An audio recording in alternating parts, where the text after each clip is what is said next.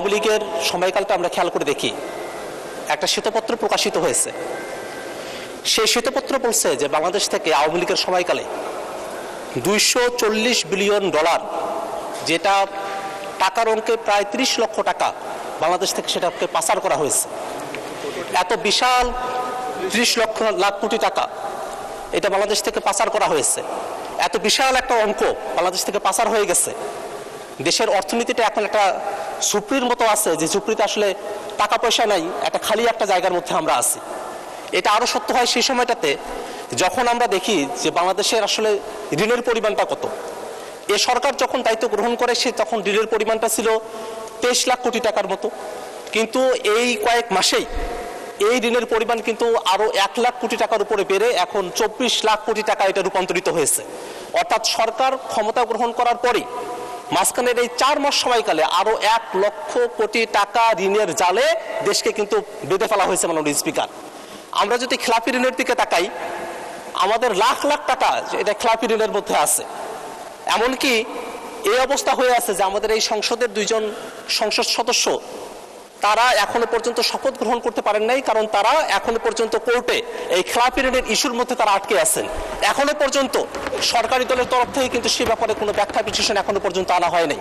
অর্থাৎ এই খেলাপি ঋণের যে বিষয়টা সেটা আমাদের অর্থনীতিকে একেবারে পঙ্গু অবস্থায় নিয়ে গেছে।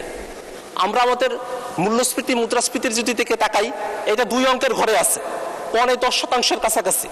আমরা আমাদের জিডিপির দিকে যদি তাকাই, আমাদের জিডিপি এটা 4% একটুখানি বেশি অবস্থায় আছে প্রবৃদ্ধির হার। এমন একটা অবস্থায় আমরা এসে আমাদের এই বাজেটটা ঘোষণা করছি, যে সময়টাতে আমরা বলছি যে বাজেটটা ঘোষণা হওয়ার পরে জিনিসপত্রের দাম বাড়ে নাই, যেটা সরকারি দলের দাবি।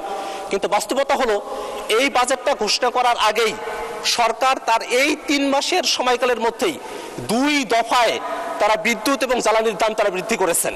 এবং যখন বিদ্যুৎ এবং জ্বালানির দাম বৃদ্ধি করা হয়, পাশাপাশি এই জিনিসটা পরিবহন সেক্টরে যেমন প্রভাব ফেলে, তেমনি করে উৎপাদনের ব্যয় বৃদ্ধি করে সমস্ত জিনিসপত্র দিতে দামগুলো বৃদ্ধি হয়ে যায় মাননীয় স্পিকার। অর্থাৎ সরকার শুধু বাজেট ঘোষণা করার পরে জিনিসের দাম বেড়েছে ব্যাপারটা এমন নয়, সরকার ক্ষমতা গ্রহণ করার পরেই বাজেট ঘোষণার আগে থেকেই জিনিসপত্রের দাম বাড়ানোর যে মেকানিজম সেটা শুরু করেই বাজেট ঘোষণায় বসেছে মাননীয় স্পিকার। মাননীয় স্পিকার, আমরা যদি সরকারের এই অর্থনৈতিক সেক্টরগুলোতে আমরা যদি বিদেশ থেকে ঋণ নিয়ে আসার যে প্রক্রিয়া সেটার দিকে আমরা যদি তাকাই, আমরা দেখলাম যে সরকার IMF এর কাছ থেকে, বিশ্বব্যাংকের কাছ থেকে তারা ঋণ নিয়ে আসতে চায়। কিন্তু গত বসন্তকালীন বৈঠকে যখন আমাদের অর্থমন্ত্রী তিনি আমেরিকায় গিয়েছিলেন, সেখানে কিন্তু IMF কোনো ঋণ ছাড় করতে চায় নাই। কেন চায় নাই? কারণটা হলো IMF চেয়েছিল বাংলাদেশে অর্থনৈতিক খাতগুলোতেও একটা বড় ধরনের সংস্কার আসুক। কিন্তু আমরা খেয়াল করে দেখলাম কি, অর্থনৈতিক খাতগুলোতে কোনো ধরনের সংস্কার, সেটা তো অন্য কোনো বিষয়ে তো সংস্কার হচ্ছে না, অর্থনৈতিক বিষয়গুলোতে কোনো ধরনের সংস্কারের ব্যাপারে বিএনপি সরকারের তরফ থেকে কোনো ইতিবাচক সাড়া ছিল না। এতদিনে এসে তারা NPR এর নীতি এবং এটা ব্যবস্থাপনা সেই জিনিসগুলোকে আলাদা করার কথা বলছে। কিন্তু এই বিষয়টা কিন্তু অন্তর্বর্তীকালীন সরকারের সময়টাতে একটা অধ্যাদেশ তখন পাশ করা হয়েছিল, সেই অধ্যাদেশ এই সংসদে প্রেজেন্ট করা হয়েছিল, কিন্তু সরকার ক্ষমতা গ্রহণের পরে সেই অধ্যাদেশটাকে কিন্তু ল্যাপস করে দিয়েছে, সেই অধ্যাদেশটাকে কার্যকর করতে দেয় নাই। যদি সরকার সেই সময়টাতেই যদি সংস্কারের বিষয়গুলোকে মেনে নিত, যদি আর্থিক ব্যবস্থাপনার সংস্কারগুলো হয়ে যেত, সেক্ষেত্রে হয়তো বিদেশে যে ঋণের ক্ষেত্রে গিয়ে আমাদের অর্থমন্ত্রীকে খালি হাতে ফিরে আসতে হলো, সেই রকম ধরনের পরিস্থিতিতে আমাদেরকে নাও পড়তে হতো মাননীয় স্পিকার। মাননীয় স্পিকার, আমরা যদি আমাদের ব্যাংক খাতের দিকে তাকাই, ব্যাংক খাতে এক ধরনের অরাজকতা চলতেছে।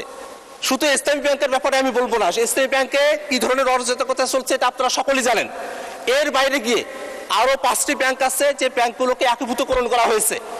অত্যন্ত দুঃখের বিষয়, এই 5টি ব্যাংক যেটাকে একীভূতকরণ করা হয়েছে, এই ব্যাংকগুলো যেসব আগের মালিকদের কাছে ছিল তারাই সেখান থেকে লুটপাট করে টাকা পয়সা পাচার টাচার করে এই ব্যাংকগুলোকে একেবারে দেউলিয়ার পর্যায়ে নিয়ে গেছে, খালির পর্যায়ে নিয়ে গেছে। সেই ব্যাংকগুলোতে যাতে করে পূর্বের মালিকেরা আবারও বহাল হতে পারেন এমন ধরনের একটা আইন এখানে পাশ করা হয়েছে। যে ব্যাংক রেজুলেশন আইনটা পাশ করা হলো, সেই ব্যাংক রেজুলেশন আইনের 18 নম্বর ধারার মধ্যে এই জিনিসটা বলা হলো যে এই ব্যাংকের মালিকেরা যারা আছেন তারা যদি 7.5% টাকা তারা যদি ব্যাক করতে পারেন তাহলে তাদের কাছে আবারও ব্যাংকের মালিকানা বুঝায় দেওয়া হবে। আমাদের প্রশ্ন হলো মাননীয় স্পিকার, যেসব মালিকেরা এই ব্যাংকগুলোকে দেউলিয়া করেছে, টাকা পাচার করেছে, এই ব্যাংকগুলো থেকে লুটপাট করেছে, সেই মালিকগুলোর কাছেই মাত্র 7.5% টাকার কথা বলে ব্যাক দেওয়ার কথা বলে আবারও সেই মালিকদের কাছেই ব্যাংকগুলোকে পুনরায় ফিরিয়ে দেওয়ার ফায়দা কি হতে পারে সেটা আমাদের মাননীয় অর্থমন্ত্রী যদি আমাদেরকে বলেন তাহলে আমরা এই সংসদে কৃতজ্ঞ থাকতে পারি। মাননীয় স্পিকার, আমরা যদি আমাদের মোটা দাগে এখন বাজেটের দিকে যদি আমরা তাকাই, একটা বিশাল বড় বাজেট দেওয়া হয়েছে। এই বাজেটে 9,38,000 কোটি টাকার যে বাজেট, সেই বাজেটের মধ্যে 6,95,000 কোটি টাকা সেটার কথা বলা হয়েছে যে এটা আদায় করা সম্ভবপর হবে। এখানে ঘাটতি থেকে যাবে 2,43,000 কোটি টাকার মতো। কিন্তু আমরা যদি এই 6,95,000 কোটি টাকা যেটা আদায় করা হবে বলা হচ্ছে সেটার দিকে যদি আমরা তাকাই তাহলে দেখব এনপিআর কে দেওয়া হয়েছে যে 6,04,000 কোটি টাকা এনপিআর আদায় করবে। কিন্তু এনপিআর এর যদি আমরা পাস্ট রেকর্ডগুলো দেখি 2024-25 অর্থ বছরে এনপিআর মাত্র 369 লাখ কোটি টাকা তারা এখানে আদায় করতে পেরেছিল, এবং এই বছর যেটা চলতি অর্থ বছর সেখানে মাত্র 3.5 লাখ কোটি টাকার মতো তারা আদায় করতে পেরেছে।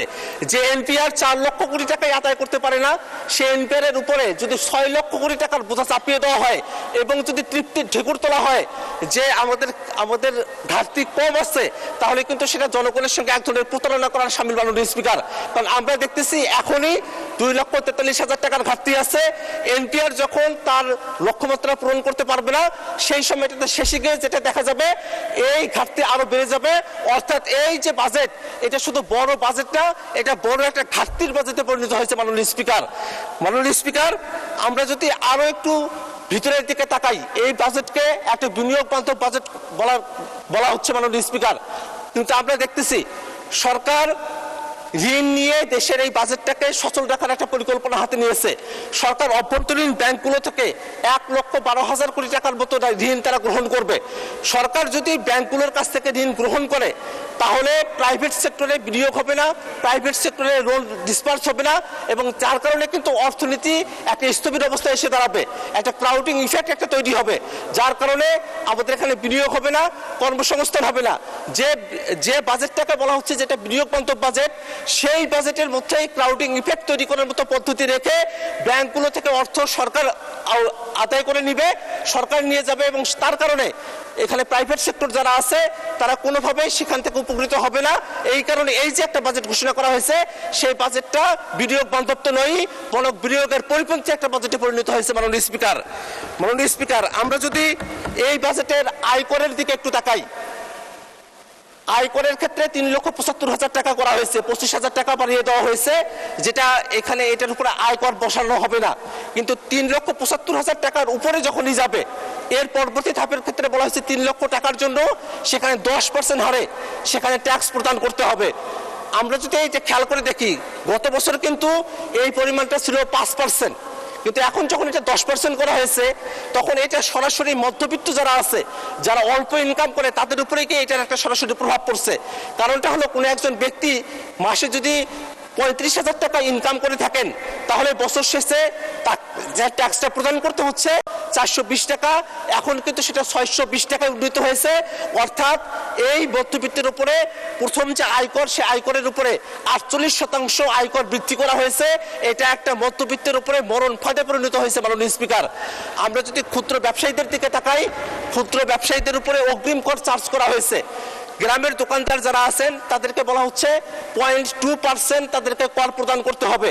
এই 0.2% কর কখন দেওয়া হবে? এটা অগ্রিম, অর্থাৎ যখনই তারা মালপত্র দোকানে নিয়ে আসতেছেন ওই সময়টাতে যখন তারা ক্রয় করতেছেন 1,000 টাকার মালপত্র যদি তারা তাদের দোকানে নিয়ে আসেন তখনই তারা সরকারকে 2 টাকা তাদেরকে কর প্রদান করতে হবে। অর্থাৎ এখনো পর্যন্ত যে পণ্যটা বিক্রি করা হয় নাই সে পণ্যটার উপরেই যদি আপনি বিক্রি করার আগেই, পুরো লাভ হওয়ার আগেই যদি ব্যবসায়ীদের উপর থেকে ট্যাক্স এবং ভ্যাট আদায় করে নিয়ে আসা হয় তাহলে আমাদের যত ক্ষুদ্র ব্যবসায়ী যারা আছে তারা পথের ফকির হতে তাদের আর দেরি হবে না। মাননীয় স্পিকার, তাদেরকে রুদ্ধ করে দেওয়া হচ্ছে। মাননীয় স্পিকার, আমরা যদি আর একটু ভালো করে তাকাই, এই বাজেটে আমরা কৃষি বাজেটের দিকে একটু তাকিয়ে দেখি। কৃষিতে বাজেট এবার দেওয়া হয়েছে 27,224 কোটি টাকা। গত বছরে এই বাজেটটা গত বছরের বাজেট ছিল 27,224 কোটি টাকা, এই বছরে এই বাজেটটা হয়েছে 28,881 কোটি টাকা। মাননীয় স্পিকার, আমরা একটা বাজেট করলাম যে বাজেটে গত বছরের তুলনায় 1,48,000 কোটি টাকা আমরা বৃদ্ধি করলাম, আর সেখানে আমরা কৃষি ক্ষেত্রে মাত্র 1 থেকে 1,500 কোটি টাকা আমরা বৃদ্ধি করেছি। এটা বৃদ্ধি না করার নামান্তর। মাননীয় স্পিকার, আমাদের কৃষি সেক্টরটা নানাভাবে অবহেলিত হয়ে আছে। সরকার দলের তরফ থেকে বলা হতে পারে যে সার কীটনাশকের উপরে যে 7.5% ট্যাক্স এবং ভ্যাট ছিল সেটাকে উইথড্র করে নেওয়া হয়েছে, কিন্তু সার এবং কীটনাশকের উপরে যে ভ্যাট এবং ট্যাক্সটা উইথড্র করে নেওয়া হয়েছে তাতে করে প্রান্তিক পর্যায়ে কৃষকেরা কতটুকু লাভবান হবে সেটা নিয়ে প্রশ্ন থেকে যায়। কারণটা হলো এটা যারা ব্যবসায়ীরা যারা আছেন তারা এটা সুবিধাটা পেয়ে থাকেন। এই সার এবং কীটনাশকের উপরে সরকার ভ্যাট এবং ট্যাক্স কমানোর কারণে এটা যে আসলে সার এবং কীটনাশকের দাম কমবে তা তদারকি কেমন করে হবে তা কিন্তু এখনো পর্যন্ত ঠিক করা হয়নি। মাননীয় স্পিকার, কৃষক কার্ডের কথা বলা হচ্ছে, কিন্তু আমাদের যেসব কৃষকেরা প্রতি বছর ক্ষতিগ্রস্ত হচ্ছেন, আমাদের একটা কৃষি ভিত্তিক একটা দেশ হওয়ার কথা ছিল। আমাদের 75 সালের দিকে যেখানে আমাদের জিডিপিতে কৃষি ছিল 62, এখন সেটা 10 থেকে 11% নেমে এসেছে। আমরা কৃষিকে একেবারে অবহেলা করে যাচ্ছি। এই বাজেটের মধ্যেও আমরা কৃষিকে একেবারে ধর্তব্যের মধ্যে নিয়ে আসি নাই।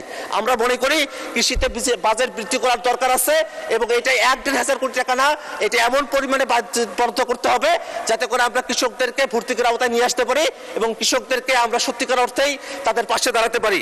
মাননীয় স্পিকার, আমাদের শিক্ষা বাজেটের মধ্যে যে 3টে সেক্টরের কথা বলা হয়েছে সেই 3টে সেক্টরে এক ধরনের বাজেট আছে। সেখানে প্রাথমিক এবং গণশিক্ষা, সেখানে উচ্চ মাধ্যমিক এবং উচ্চশিক্ষা এবং কারিগরি এবং মাদ্রাসা শিক্ষার জন্য যে বাজেটটা করা হয়েছে সেটার পরিমাণ দাঁড়ায় 1,22,000 কোটি টাকার মতো, কিন্তু মন্ত্রণালয়ের হিসেব বলছে শিক্ষা মন্ত্রণালয়ের বাজেট দেওয়া হয়েছে 1,36,000 কোটি টাকা। এই যে অতিরিক্ত 14,000 কোটি টাকা, সেই 14,000 কোটি টাকা কোথায় খরচ করা হবে সেটার কিন্তু কোনো ব্যবস্থাপনা এই জায়গার মধ্যে করা হয়নি। মাননীয় স্পিকার, সেই একই বিষয়টা ঘটছে এডিপির ক্ষেত্রে। মাননীয় স্পিকার, প্রায় 3 লক্ষ কোটি টাকার যে এডিপি নির্ধারণ করা হয়েছে সেই এডিপিতে 1,70,000 কোটি টাকায় থোক বরাদ্দ দেওয়া হয়েছে, অথচ গত বছর এবং তার আগের বছরে এই থোক বরাদ্দ ছিল 10,000 কোটি টাকা এবং 11,000 কোটি টাকা। 10,000 কোটি টাকা 11,000 কোটি টাকার থোক বরাদ্দ এই বছরে এসে 1,70,000 কোটি টাকার থোক বরাদ্দ হয়েছে। এত বিরাট যে উল্লম্ফন হলো, সেই উল্লম্ফনের কারণে এই থোক বরাদ্দগুলো সঠিকভাবে ডিস্ট্রিবিউটেড হবে কিনা সেটা নিয়ে কিন্তু একটা প্রশ্ন থেকে যাবে। মাননীয় স্পিকার, কারণ আমরা দেখেছি ইতিমধ্যে সরকারি দল তারা যখন বরাদ্দগুলো বন্টন করেছেন তখন সরকারি দলের আসনগুলোতে তারা বরাদ্দ দিয়েছেন, বিরোধী দলের আসনগুলোতে তারা বরাদ্দ দেন নাই। সেক্ষেত্রে এডিপিতে যে 1,70,000 কোটি টাকা বরাদ্দ দেওয়া হয়েছে সেই বরাদ্দটা সঠিকভাবে যে সারা দেশে সঠিক হিসাবের মাধ্যমে ন্যায্যতার ভিত্তিতে বৈষম্যহীনভাবে ডিস্ট্রিবিউট করা হবে তার গ্যারান্টি আমরা চাই। মাননীয় স্পিকার, আমাদের নবায়নযোগ্য জ্বালানির ক্ষেত্রে নিয়ে একটা কথা বলা দরকার। মাননীয় স্পিকার, নবায়নযোগ্য জ্বালানিতে যে আমদানি শুল্ক ছিল, ভ্যাট ছিল এবং অগ্রিম কর ছিল সেটা প্রত্যাহার করা হয়েছে, সেটা সাধুবাদযোগ্য। কিন্তু যদি আমরা এনপিআর এর এসআরওটার দিকে খেয়াল করে দেখি, যেটা কিছুদিন আগে জারি করা হয়েছে, তাতে আমরা খেয়াল করে দেখব এই সুবিধাটা শুধুমাত্র যারা বড় ব্যবসায়ী যারা আছেন এবং যারা সৌর বিদ্যুৎ প্রকল্পের মধ্য দিয়ে সরকারের সাথে বিদ্যুৎ ক্রয় চুক্তি ভিত্তিক একটা বন্দোবস্তের মধ্যে আছেন তারাই শুধু লাভবান হবেন, কিন্তু যারা আবাসিক গ্রাহক আছেন, যারা কৃষক আছেন, ক্ষুদ্র যারা উদ্যোক্তা আছেন তারা কিন্তু এটার মধ্য দিয়ে উপকৃত হবেন না। এই কারণে আমরা মাননীয় অর্থমন্ত্রীর কাছে আমরা এই বিষয়টা জানতে চাই যে আমাদের প্রান্তিক পর্যায়ে যাতে একজন তরুণ যিনি একজন উদ্যোক্তা হয়েছেন, একজন কৃষক এবং একজন আবাসিক গ্রাহক, তারাও যাতে নবায়নযোগ্য এই যে জ্বালানিতে ভ্যাট প্রত্যাহার করা হয়েছে সেই সুবিধাটা পায়, সেই ধরনের একটা ব্যবস্থাপনা যেন অর্থমন্ত্রী করেন, সে কারণে অর্থমন্ত্রীর দৃষ্টি আকর্ষণ করছি। মাননীয় স্পিকার, আমরা ভোটার আগে আমাদের এই বাজেটের মধ্যে এমন অনেকগুলো বিষয় আমরা দেখেছি, সময় তো শেষের দিকে চলে এসেছে, আর অনেকগুলো বিষয় বলার মতো হয়তো অবস্থায় থাকবো না, কিন্তু সামাজিক নিরাপত্তা যে খাতটা বৃদ্ধি করা হয়েছে, সামাজিক নিরাপত্তা খাতের মধ্য দিয়ে আমরা যদি একটা অলস অর্থনীতি তৈরি করতে চাই তাহলে আমাদের জন্য এটা দিন শেষে এটা ক্ষতির একটা কারণ হতে পারে। মাননীয় স্পিকার, আমাদের এখনকার সংকট কর্মসংস্থানের সংকট, কিন্তু কর্মসংস্থানের ব্যবস্থা না করে শুধু যদি প্রণোদনার মধ্য দিয়ে জাতিকে যদি স্থবির রাখার, অর্থাৎ জাতি তার কাছে কিছু প্রণোদনা দেওয়া হলো যেটা আবার সবার কাছে সমানভাবে পৌঁছাবে কিনা তারও এখনো পর্যন্ত গ্যারান্টি নাই, আর কর্মসংস্থানের ব্যাপারগুলোতে, বিনিয়োগের ব্যাপারগুলোতে যদি এই জায়গাটাতে একটা কমতি থেকে যায় সেক্ষেত্রে কিন্তু আমরা জাতিকে অগ্রসর করতে পারবো না। মাননীয় স্পিকার, আমি আপনার সময় তো শেষ, আচ্ছা, 2 মিনিট দেয়া হলো, ধন্যবাদ। মাননীয় স্পিকার, আমাদের যে রংপুর অঞ্চল আছে, আমাদের রংপুর অঞ্চল আমরা বরাবরের মতো অবহেলিত। এই রংপুর অঞ্চল নিয়ে এই বাজেটের মধ্যে তেমন কোনো সুখকর বিষয় নাই।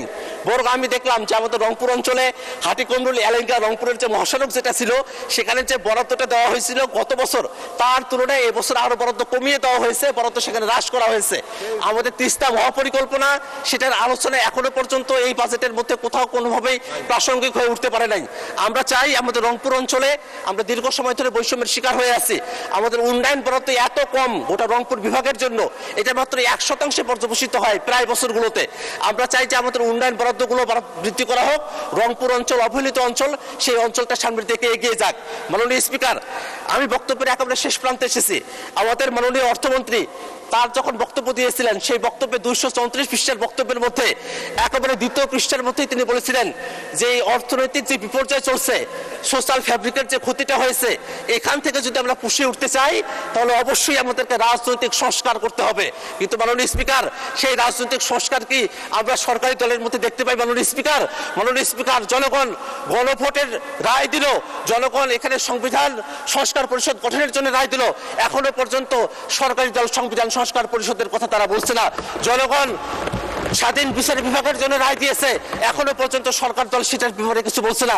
আমরা যদি সুশাসন নিশ্চিত করতে না পারি, গণতন্ত্র নিশ্চিত করতে না পারি, সংস্কার যদি বাস্তবায়ন করতে না পারি, IMF এর কাছ থেকে আমাদের অর্থমন্ত্রীকে যেমন করে ফিরে আসতে হয়েছিল, সংস্কার বাস্তবায়ন করতে না পারলে বিরোধী দল, সরকারি দলকেও জনগণের কাছ থেকে ফিরে আসতে হবে। মাননীয় স্পিকার, অতএব আমরা সরকারের কাছে দাবি জানাবো, বাজেট বাস্তবায়ন করার সময় অবশ্যই জনগণের যে রায়, গণভোটের রায় বাস্তবায়ন করে সংবিধান সংস্কার পরিষদ গঠন করে তার মধ্য দিয়েই সঠিক পর্যালোচনার ভিত্তিতে আমরা সামনের দিকে এগিয়ে যাব। এই আহ্বান রেখে আমার বক্তব্য আমি শেষ করছি। আসসালামু আলাইকুম।